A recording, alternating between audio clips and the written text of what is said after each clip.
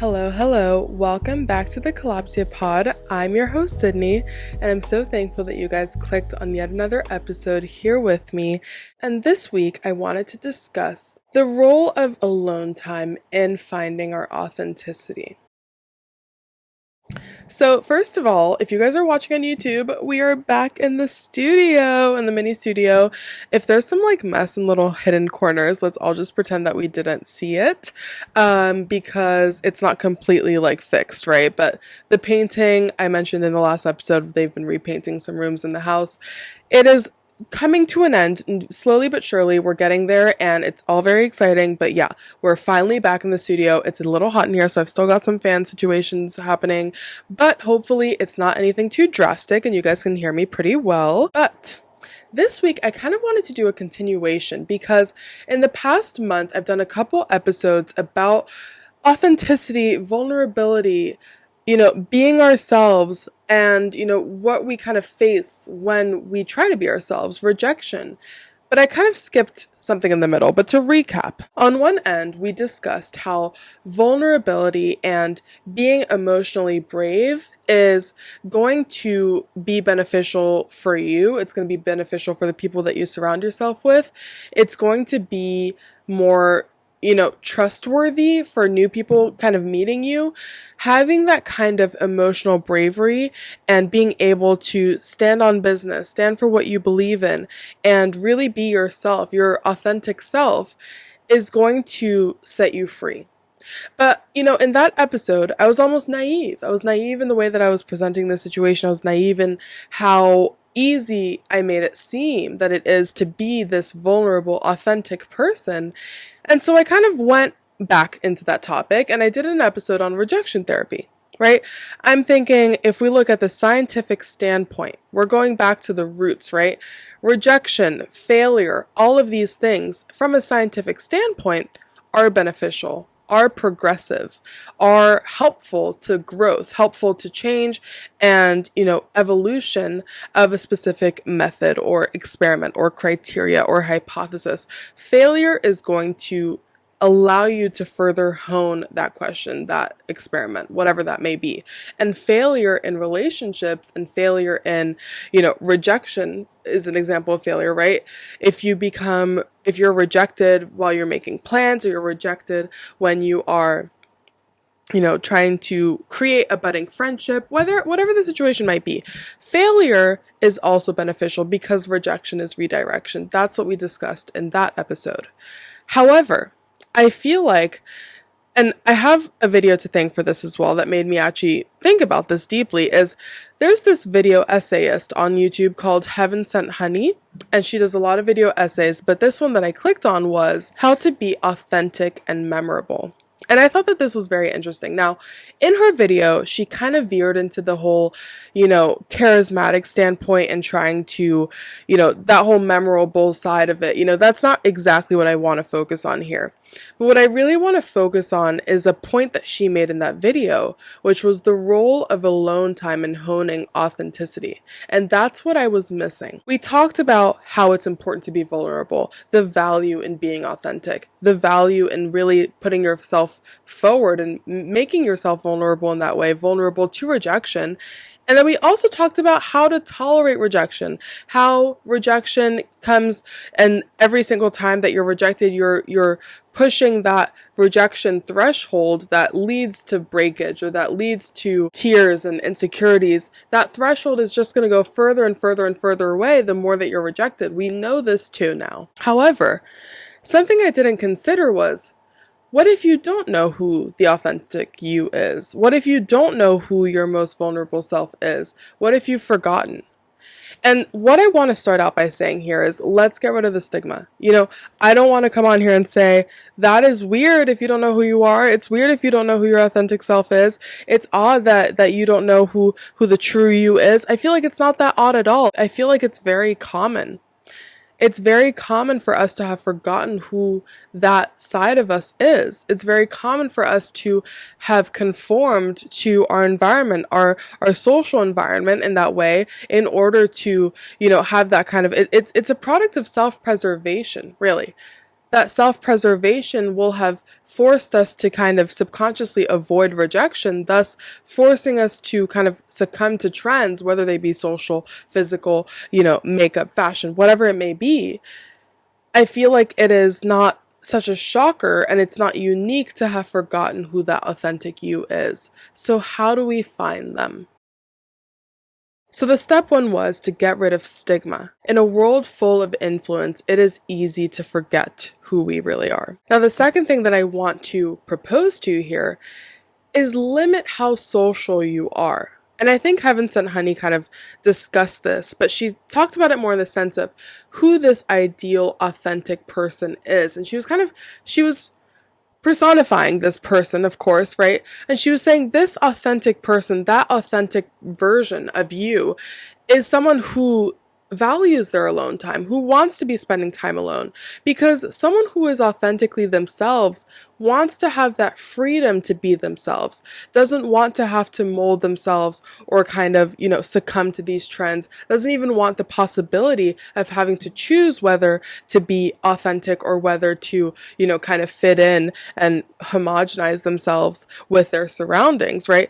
An authentic, ideal version of you, of us, is going to value and seek out alone time. And I think that is something that really stuck with me here, because honestly, this could also introduce the question of whether you're an introvert versus an extrovert, but I really do feel like I agree with that.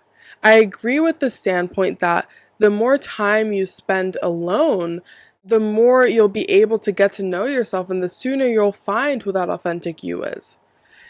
Think about it this way, when you think about social media or TV, right? If you spend 4 out of your 4 free hours of your evening, of your afternoon, watching TV, scrolling on TikTok, doing whatever, but you want to be a creative, you want to write books, you want to paint more, you want to do sculpture, you want to create bracelets from wine glasses. I don't know why that's the example I came to, but maybe let's say that that's what you want to do, right? But you're spending 4 out of your 4 free hours of your day watching and consuming and filling your brain, filling your mind with information. None of these TikToks, none of these videos, nothing is going to stick with you if you don't give yourself that time to reflect, if you don't give yourself that time to internalize. The same is true socially. If you are constantly filling your day, filling your week, filling your time with, lending your energy to other people, because that is what socializing is. We often think of socializing as something that adds value to us as people. We think of alone time as something that indicates a lacking of some nature, a lacking of friends, a lacking of value, a lack of other people choosing to spend time with you. Right? But even in that insecurity, even in that sentence of saying, wow, people don't feel like I'm worth spending time on, flip the script. The time that you're spending on other people, that's you pouring energy into other people. That's you pouring your time, pouring your heart, pouring your soul, pouring your mind, and making it vulnerable to all of these other people. And it's actually really impacting you. And it's going to take up some of that energy that you have, that energy that could be used on you. So the point is here, when you are constantly socializing, when you are constantly spending all of your time in the presence of other people, and we're leaving the whole introvert extrovert side of this, out for a second, right? It is just like you spending your 4 free hours out of your day consuming other products, consuming media, right? And instead of creating media, let's say that's the example, it's the same thing. You're not going to be able to have that time to reflect. You're not going to have that time to create, to internalize. You're not going to have that time to do that. And that's the value in alone time. In the earlier days of this podcast, I think it had to have been maybe my 5th or 6th episode, like really early I'm talking here. And I think I called the episode to be or not to be alone, or to be alone or not alone, or something like that. But I found my notes from it actually, and I had just watched a video by the YouTuber ANJA. Her name is spelled ANJA, and she was this creator, this YouTube creator who was living in New York at the time, and she had just kind of like begun forming this new group of friends. And in the video, there was a conversation that occurred between her and one of her friends, and they were discussing the perspective, or whether they agree with this perspective, which is that you cannot love others until you love yourself, which this is a slightly different topic, but stay with me here. They were discussing whether it is actually true that you cannot love others without first loving yourself. Now, in that video, what they were actually doing was disagreeing with that perspective. They were saying that it's important to open yourself up to other people, especially when you are down, especially when you are low and unable to find that self-affirmation within yourself. A lot of the time, relationships that we build, friendships that we build, romantic connections that we build are going to pour into us and will enlighten characteristics of ourselves that we might not have seen on our own, and kind of helps us to love ourselves more. So they were disagreeing with it. And the whole episode was kind of structured around the fact that I believed that loneliness is really dangerous. And I think I did rectify this in the future. It's hard to recount this because it must have been maybe 3 years ago now.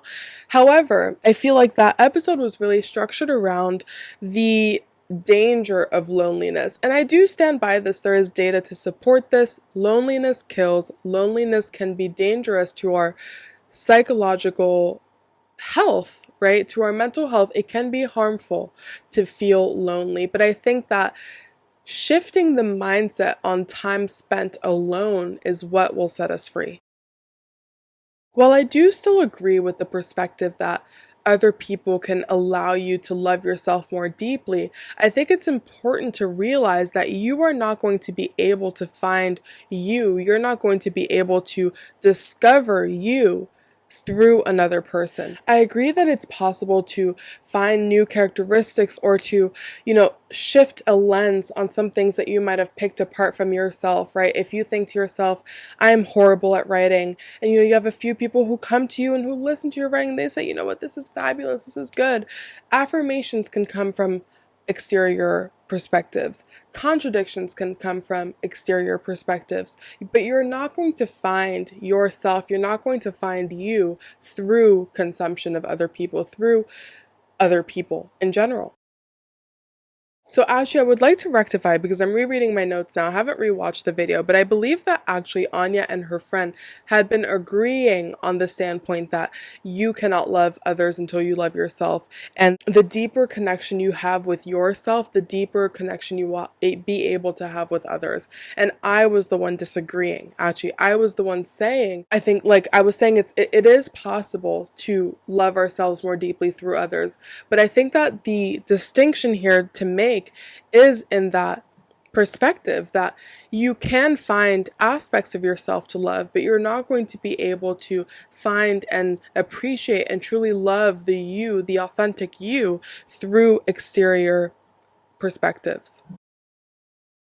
Now, when I wanted to do this episode, I was actually going to do it on the psychology of Love Island, but I literally think that's too big of a topic. I mean, let me know if you guys would like me to do a whole episode about that. But in my research for that, something that was interesting actually was how there was a few psychologists actually kind of picked apart the layout or the format of the show. It had kind of taken a little bit of notes from Big Brother, which kind of preys on psychological warfare, with them being watched 24 hours a day, 7 days a week type of thing.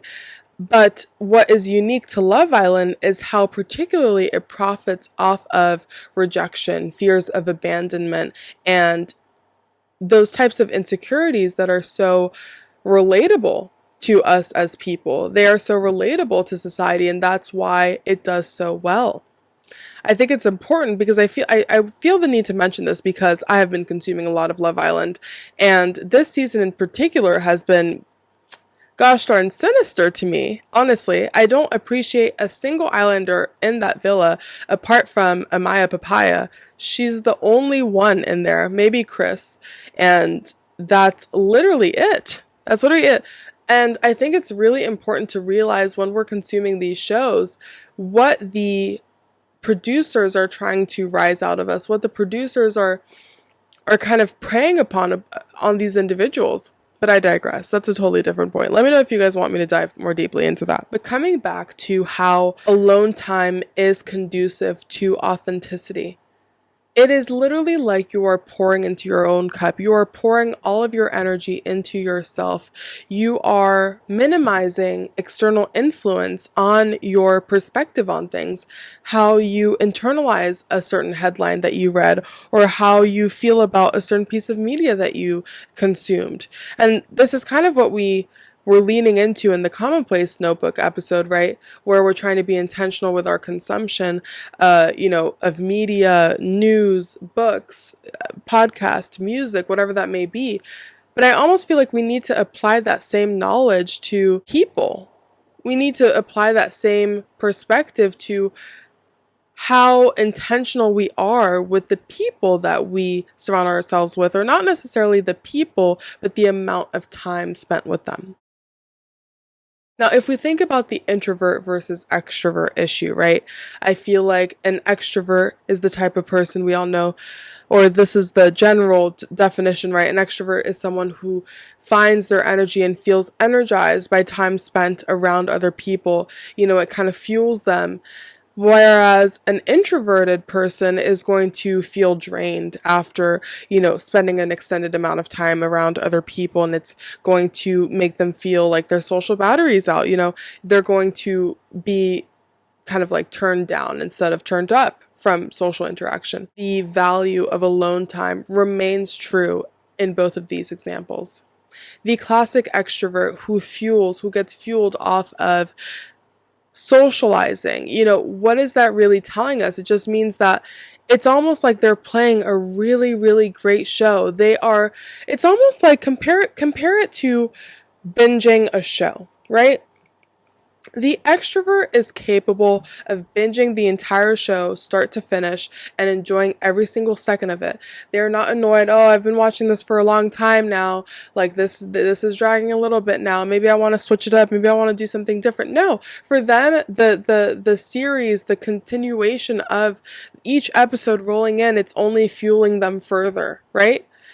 Now take it from the introvert's perspective. Maybe the introvert is watching this show, they're loving it, they're like, wow, wow, wow, wow, wow, wow, wow. That was such a great episode. I'm done though now. I want to do something else. I want to read something else. Maybe I want to take a nap, Maybe I want to take a nap. Maybe that episode was like really fabulous. Maybe I want to do something else now. The bottom line here is that both sides are consuming something, and then maybe the person is going to take a nap, which to refuel, to do whatever, or they are going to, maybe the introvert may instead, pick up a book instead, or do something else, do something different. The extrovert, rather, they're happy to keep watching the show, they're happy to keep binging the show, but like we just talked about at the beginning of the episode, you're constantly filling your brain with this show. You're not allowing it to be internalized, you're not allowing yourself to form an opinion, you're not able to form a proper judgment, whether that aligns with you, whether that doesn't align with you. You're not able to actually form an opinion because you're constantly consuming.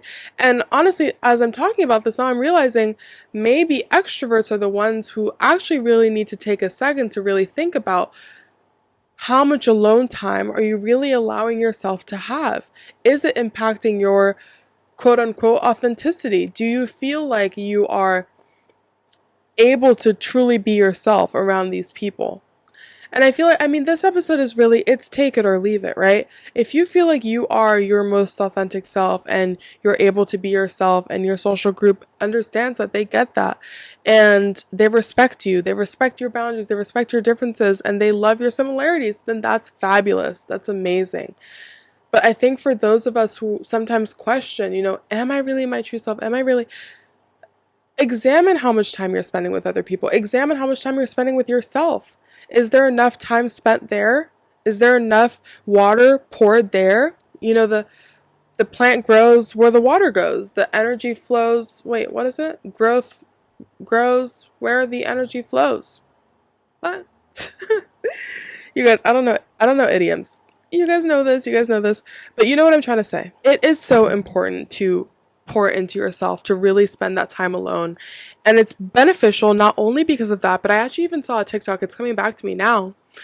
I saw a TikTok where it's actually beneficial to our nervous system to be our authentic selves. And why is this? It's because being yourself, dressing the way that you want to dress, being who you truly want to be, and not actually suppressing your hobbies, suppressing your interests, suppressing your thoughts, right? Because that's often what is said, you know, especially for those of us like me who were told that they were annoying growing up. You might have grown up to be a little bit more reserved with your thoughts, a little bit more reserved with what you have to say, a little bit more reserved with your opinions. It's that that's actually affecting our nervous system, and it's actually putting us in fight or flight. You know, am I saying too much? Should I dress like this? Should I do this? Oh, it's like it's silencing you, right? And being your authentic self is a form of self-expression. It has the same benefits as, you know, making that painting and being able to externalize the feelings that you've kept bottled up inside. You know, that poem that you wrote to self-express your emotions as well, and putting it out there. Being who you are and being who you want to be, and doing that unapologetically, you know, with that kind of tolerance for rejection that we will have built by doing it time and time again, and then you push through that, you push past that. It's like, you know what, I got rejected, but I'm standing back up and that's fine, and I'm still me. And remembering that the only person that you have in this life is you, that in itself is a form of self-expression. And I think that we need to honor that. We need to honor this need for self-expression. We need to honor our authenticity. And it starts by acknowledging the value of it, acknowledging the value of being yourself, not only for social harmony and for differences in opinion and for general growth as a group, as a collective, but also, you know, using these tools of alone time and understanding how alone time can really help us fuel this self-expression, this type of self-expression. And just, we need to remember that rejection is redirection, and rejection is something that we can become accustomed to. And that's the biggest point here. We can bounce back. We are tougher than that. We are tougher than that. Truly. Just remember that. You are way stronger than you think you are. You can handle a lot more than you think you can handle. And that's what you need to hold on to. But with that, that's all I have for you today. A little bit of a shorter episode. I hope that you guys enjoyed. Let me know if you agree or disagree with my opinion. I'll link the ANJA video from a couple years back to you in the comment section, in the description, I mean. And I'll also link the Heaven Sent Honey video essay. I think a lot of her videos are super, super interesting. She's got a lot of opinions on how we kind of present ourselves, and also kind of from an artistic standpoint. I think she had a video on being the muse and why muses exist and stuff like that. So it really makes you think. Really interesting. So I'll link her channel down below as well. But I am so thankful that you guys clicked on this week's episode. I truly, truly hope that you enjoyed. I would love to hear your thoughts. DM me, reach out. Constructive criticism, always welcome. At kalopsiapod, KALOPSIAPOD on Instagram and TikTok. And it's at Synejotita, SYDNEYDJOTITA on Instagram, TikTok, and YouTube. And with that, I will love you and leave you. And I'm so thankful that you guys clicked on this week's episode. And I hope to see you next Friday. Bye.